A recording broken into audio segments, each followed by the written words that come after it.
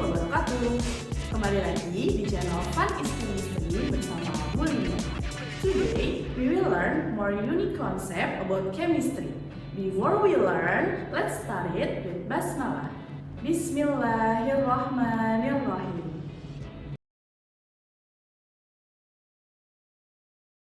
Sifat keperiodikan unsur. Nah, sifat keperiodikan itu ada 6. Yang pertama ada jari-jari atom, energi ionisasi, afinitas elektron ke elektronegatifan, sifat logam dan non-logam, sama titik leleh dan titik didih. Tapi yang ibu akan tekankan di sini cuma 4 aja. Jadi 4 yang pertama ya, mulai dari jari-jari atom sampai dengan ke elektronegatifan. Ibu nggak jelasin terlalu panjang, terlalu banyak, sisanya nanti bisa kamu baca sendiri. Ibu jelasin inti-intinya aja ya. Oke, kita masuk dulu jari-jari atom.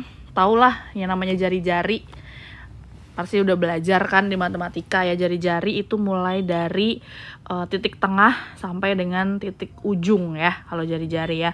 Nah, di jari-jari atom juga sama. Jari-jari atom itu adalah jarak dari inti atom, berarti dari tengah-tengah, sampai elektron yang paling luar, berarti yang paling pinggirnya, paling ujungnya gitu ya. Nah, jari-jari atom itu dalam satu golongan ya, berarti dari atas ke bawah, jari-jari atomnya semakin besar. Kenapa sih gitu? Karena jumlah kulitnya semakin banyak. Misal, ibu punya atom yang pertama kulitnya cuma 1. Terus yang kedua kulitnya ada 2. Itu ya, 2 lapis berarti ya.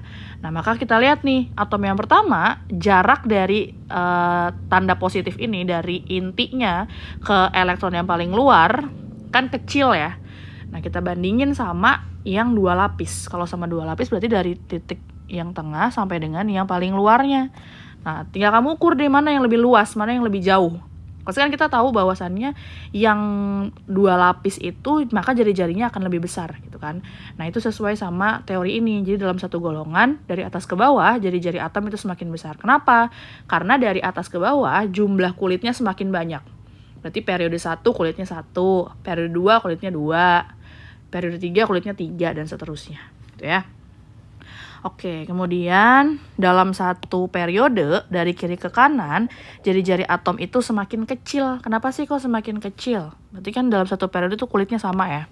Misalnya ibu punya 2 deh kulitnya, kulit kedua. Atom yang pertama itu ibu punya elektron yang terakhirnya cuma ada 1. Yang kedua elektron terakhirnya ada 4 gitu misalnya ya. Oke, kita tahu bahwasannya elektron itu kan muatannya negatif ya, sedangkan proton inti atom itu kan muatannya positif.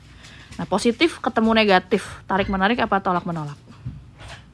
Tarik menarik kan, makanya kalau semakin banyak muatan negatifnya, semakin banyak yang menarik si ion positif ini, maka dia akan semakin rapat, akan semakin erat. Jadi kalau semakin rapat, semakin kencang ikatannya, jadi jaraknya dari inti atom sampai elektron yang terluar itu semakin kecil gitu ya. Pokoknya diingat aja, kalau dari atas ke bawah itu semakin besar, dari kiri ke kanan itu semakin kecil gitu ya.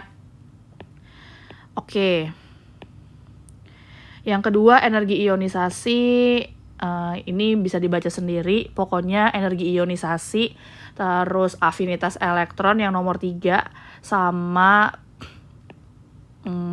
ke elektronegatifan, itu semuanya berbanding terbalik sama jari-jari.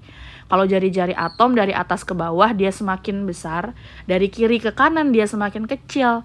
Tapi kalau yang lainnya kayak energi ionisasi, afinitas elektron, sama ke elektronegatifan itu berbanding terbalik. Dari kiri ke kanan dia semakin besar, dari atas ke bawah dia semakin kecil.